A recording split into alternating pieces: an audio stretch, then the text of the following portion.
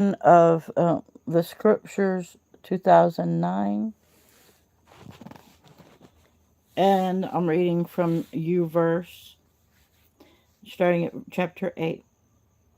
And I always, even though they say Elohim, I've been reading the BYMV, and I like Alua when it's singular, and Elohim instead of Elohim when it is plural, for replacing the word God. Here we go, verse 1 of chapter 8. And Alua remembered Noach. Noach is Noa and a large H, which is pronounced with a K sound. And Yahuwah remembered Noach and all the beasts and all the cattle that were in the ark. And Alua made a wind pass over the earth, and the waters subsided, and the fountains of the deep of the wind and the windows of the heavens were stopped, and the rain from the heavens was withheld, and the water receded steadily from the earth. And at the end of 150 days, the water diminished. And in the seventh new month, it says it says a bad word, but it's italicized. They added it. It shows that it's not in the scriptures. So it's supposed to be. It just says, and this is the seven new. And that word for new um, means month. Okay. The seventh day of the new month. The seventh month and the, oh, pardon me, the 17th day of the new month. And the ark rested on the mount of Ararat. There's probably Ararat. And the water decreased steadily until the 10th new month. Okay, so they didn't get out of the boat until the 10th month.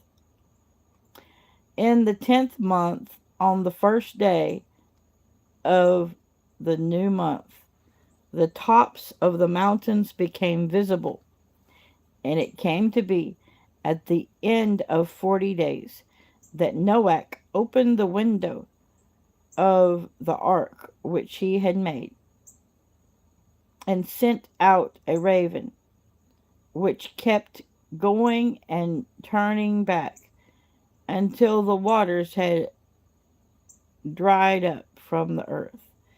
Then he sent out a dove from him to see if the waters had receded from the face of the earth. But the dove found no resting place for his feet, and returned to the ark into the ark to him, for the waters were on the face of all the earth. So he put out his hand and took it, and pulled it into the ark to himself. And he waited yet another 7 days. And again he sent the dove out from the ark. And the dove came to him in the evening, and see, a freshly plucked olive leaf was in its mouth. And Noach knew that the waters had receded from the earth. And he waited yet another 7 days. You hear that? 7 days. 7 days in a week. He waited yet another 7 days, and sent out the dove, which did not return to him again. And it came to be in the 601st year, in the first month, the first day of the new month, that the waters were dried up from the earth. Okay, so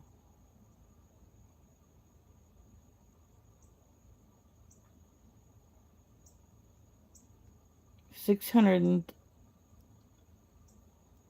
and for six there was 601 years in the first month and first day of the month. Okay, so we know what the first month is. The first month is Abib. That's right there between April, May and April. Sometimes at the end of April, depending on the spring solstice when it starts, when the days start changing. Okay, the waters were dried up from the earth, and Noach removed the covering from the ark and looked, and saw the surface of the ground was dry. And in the second new month, on the 27th day of the new month, the earth was dry.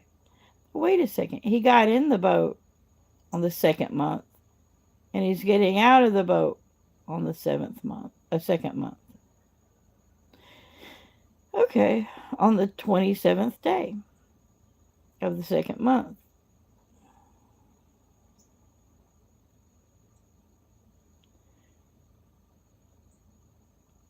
Okay, verse 15.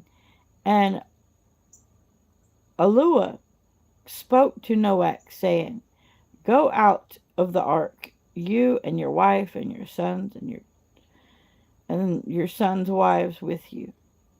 Bring out with you every life form of all flesh that is with you, of birds, of cattle, and all creeping, and then italicizes creatures. The creeping and italicizes creatures on the earth, and let them teem with and let them teem TEEM on the earth, and bear and increase on the earth.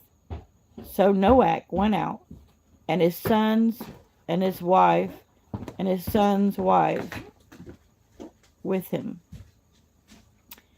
Every beast, every creeping, and then italicized creatures, that's added, the word creatures, and every bird, whatever creeps on the earth, according to their kinds, went out of the ark. And Noach built a slaughter place to Yod Vav Yahuwah, and took of every clean beast, of every clean bird, and offered ascending offerings, and on the slaughter place. And Yod-Heh Vav-Heh Yahuwah smelled a soothing fragrance. Yahuwah said in his heart, Never again will I curse the ground because of man, although the inclination of his heart is evil from his youth, and never again strike all living creatures. Creatures is italicized. So it really says, Never again will I strike all living as I have done.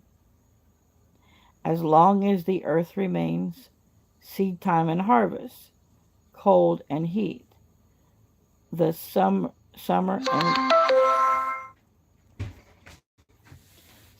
and winter, and day and night shall not cease. Now, I have a little something I can tell about this particular thing. Because They found that slaughtering place where he found a rock, a huge boulder, and he etched into that boulder a trench for the blood sacrifice, the blood to run down, um, so that the sacrifice wouldn't be just soaked in blood. It would run off the altar into a trench. So this boulder was like, looked like it was at least, it looked like it was bigger than a bed size and then of course it was like 6 feet tall. Makes you wonder how tall Noah was. Noach. If he chose an altar that he would either have to crawl up on or that would be at waist height or belly height for him to build the put the fire on and then the animals on top of that. This was huge that he could put several animals. He could put 5 or 6 animals on it each. Um, that Rick Renner has documentaries on that, and Joseph Z was a part of the photographing of that. So he talks a lot about it. I don't think he may have the videos also on his channel. Okay, chapter 9. And Elua blessed Noach and his sons and said to them, be fruitful and increase and fill the earth. And the fear of you and the dread of you is on every beast of the earth, on every bird of the heavens, and on all the creep that creeps on the earth, or on the ground, and on all the fish of the sea. Into your hand they have been given. Back to about Noah. So Noah and his wife were large people. So when you compare them to us, they're like 12 foot. But it says his generations were clean. That he had kept his generations clean. Um, so the giants don't necessarily mean 9 to 12 feet. Giants really means that they've bred with Nephilim or allowed the seed of Satan to come in them. So I think it's a yoke of teaching. The seeking to bypass Yahuwah and getting there on your own, in your own way.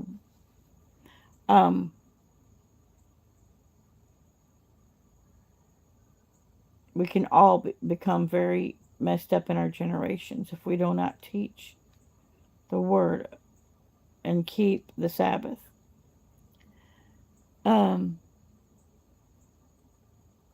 So when he shortened our days to 120, which was right as they were getting on the boat, he shortened the new generation to 120. That's why we don't get as large, as we stop growing. Okay, now verse 3. Every creeping, and then in italicized it's creature, so it's not there really. Every creeping that lives is food for you. So he made a new law. He changed the dietary law. I have given you all as I gave the green plants.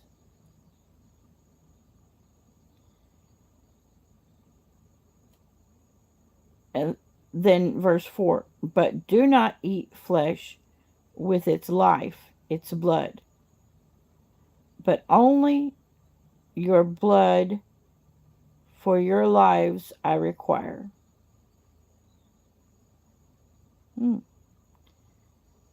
And from the hand of every beast I require it, and from the hand of man, from the hand of every man's brother, I require the life of man. That means you're your brother's keeper, right? Whoever sheds man's blood, by man his blood is shed.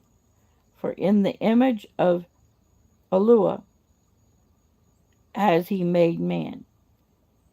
Now I'm going to pause just to hear for a second. I know it's a bad spot, but so all the Nephilim or half breed animals were dead at that time that were mixed with man. All of the half horse, half man, all of the half pig, half man were dead at that time. And he said anything that creeps on the earth, in other words, has legs, right? Or maybe he just means crickets, that lives is for food. Maybe he didn't want them to eat the big stuff, because it says creeping. Just a second.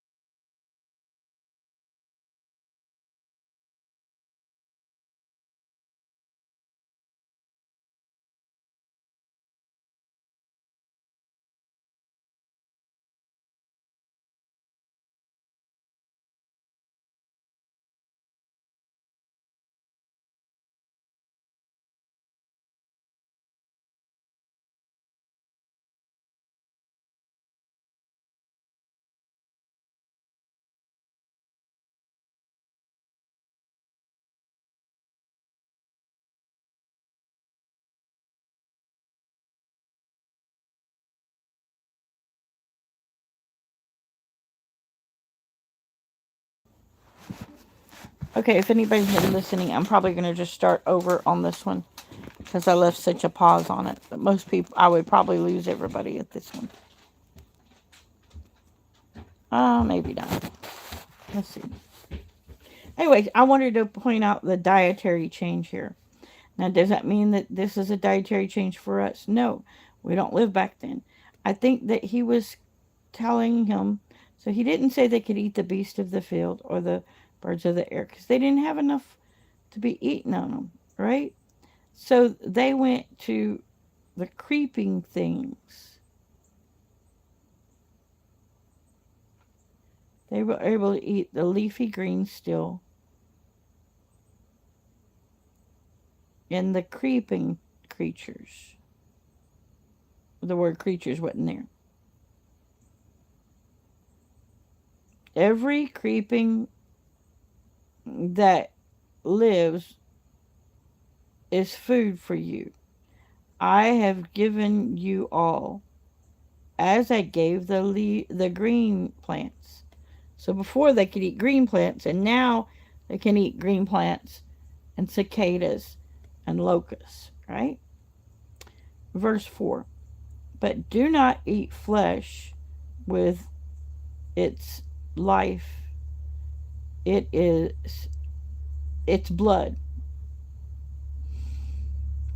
But only your blood for your life I require. In other words, if you do this, I'm going to require your own blood in exchange for eating blood, right? Um,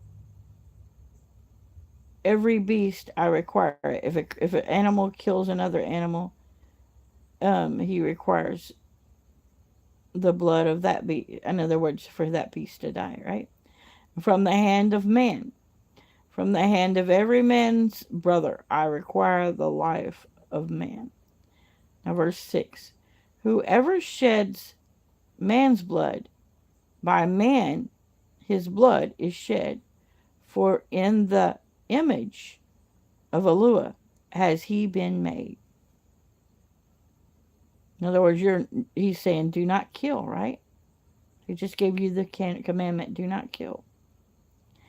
Verse 7. As for you, be fruitful and increase. Bring forth teemingly in the earth and increase it in it. In other words, have lots of children. And Elua spoke to Noach and to his sons with him, saying, and I establish my covenant with you and with your seed after you, and with every living being that is with you, of the birds, of the cattle, and of every beast of the earth with you, of all that go out of the ark, every beast of the earth. So this is a good verse to keep. It's Beteshith, or Genesis 9 verse 10, because it says he took covenant with all of the beasts that were alive at that time that came off the ark. He had baptized them in water, and it had been a whole year, and he knew that there was no evil spirits or evil matter in their DNA. And he made covenant with them. Hallelujah. And that makes sense, because now people see animals in heaven. Verse 11. And I shall establish my covenant with you, and never again is all flesh cut off by the water of the flood, and never again is there a flood to destroy the earth. And Elua said, this is the sign of the covenant which I make between me and you and every living being that is with you for all generations to come. That feels so good to think of how much of a covenant he's written with us and with the animals. That's how we can pray and call on his name and say, because of the covenant you made in Genesis 9:10 with my puppy dog, or my kitty cat, or my horse, or my cow. Okay, continuing on.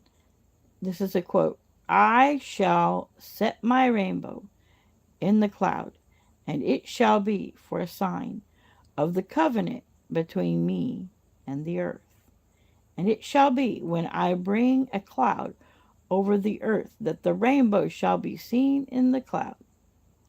And I shall remember my covenant, which is between me and you and every living being of all flesh. And never again let the waters become a flood to destroy all flesh. And the rainbow shall be in the cloud, and I shall see it, to remember the everlasting covenant between Elua and every living being of all flesh that is on the earth. And Elohim said to Noach, this is the sign of the covenant which I have established between me and you and all flesh that is on the earth. And the sons of Noach who went out of the ark were Shem, Ham, and Japheth. The BYMV says their names a little different. But, moving on. And Ham was the father of Kenyan, or Canaan. These three were the sons of Noach, and all the earth were overspread by them, from them. Overspread from them. And Noach, a man of the soil, began and planted a vineyard. And he spoke of the wine, and he drank of the wine and was drunk and became uncovered in his tent. And Ham, the father of Kenan, saw the nakedness of his father, and told his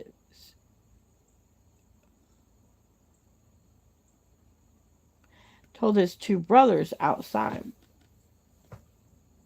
So Shem and Japheth, or it's not J because there's no J, I'm sorry, Yippeth, Ham and Yippeth, took a garment and laid it both on both of their shoulders, and went backwards and covered the nakedness of their father. But their faces were turned away, and they did not see their father's nakedness. And Noach awoke from his wine, and he knew what his younger sons had done to him. And he said, "Cursed is Canaan. Let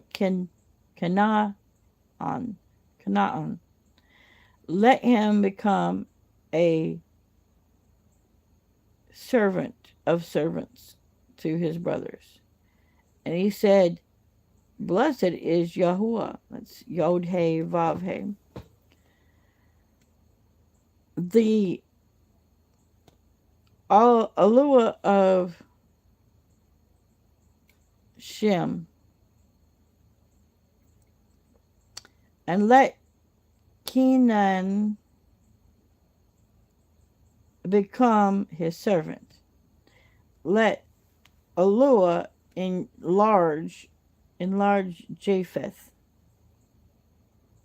and let him dwell in the tents of Shem. And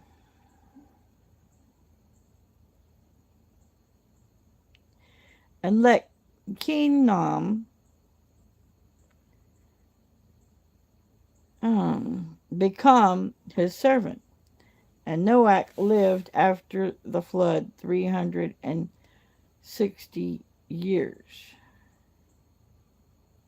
So all the days of Noach were 950 years, and he died.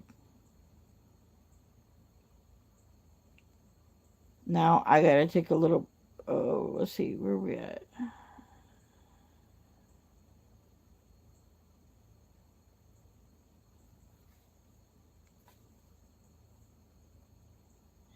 I thought we were at the end, but we weren't.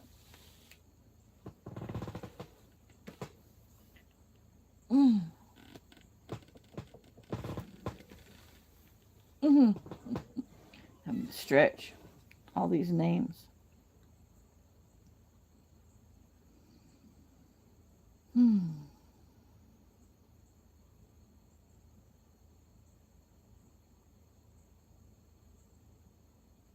Oh yeah, that was the end, because here we're in 10. Okay, I'm going to take a little stretch before I start 10. Thanks. Oh, I'm glad to see somebody's watching. Yes, this is a new reading of the scriptures, that TS Scriptures 2009, out of the U-verse. And it's got some interesting things in it that it doesn't read like anything else. I've been listening to Jimmy of Ambassadors of Yah read in it, and I was going, you know what? I'll take the time and actually read it. I haven't ever, whew, I haven't ever read that version. For day one was awesome, interesting, different names for Eve, different names for the serpent. It doesn't say serpent. I used the original names. Interesting. Um, but reading all these names are getting a little hard for me to read, so I'm going to take a tea break and then I'll come back. Bye.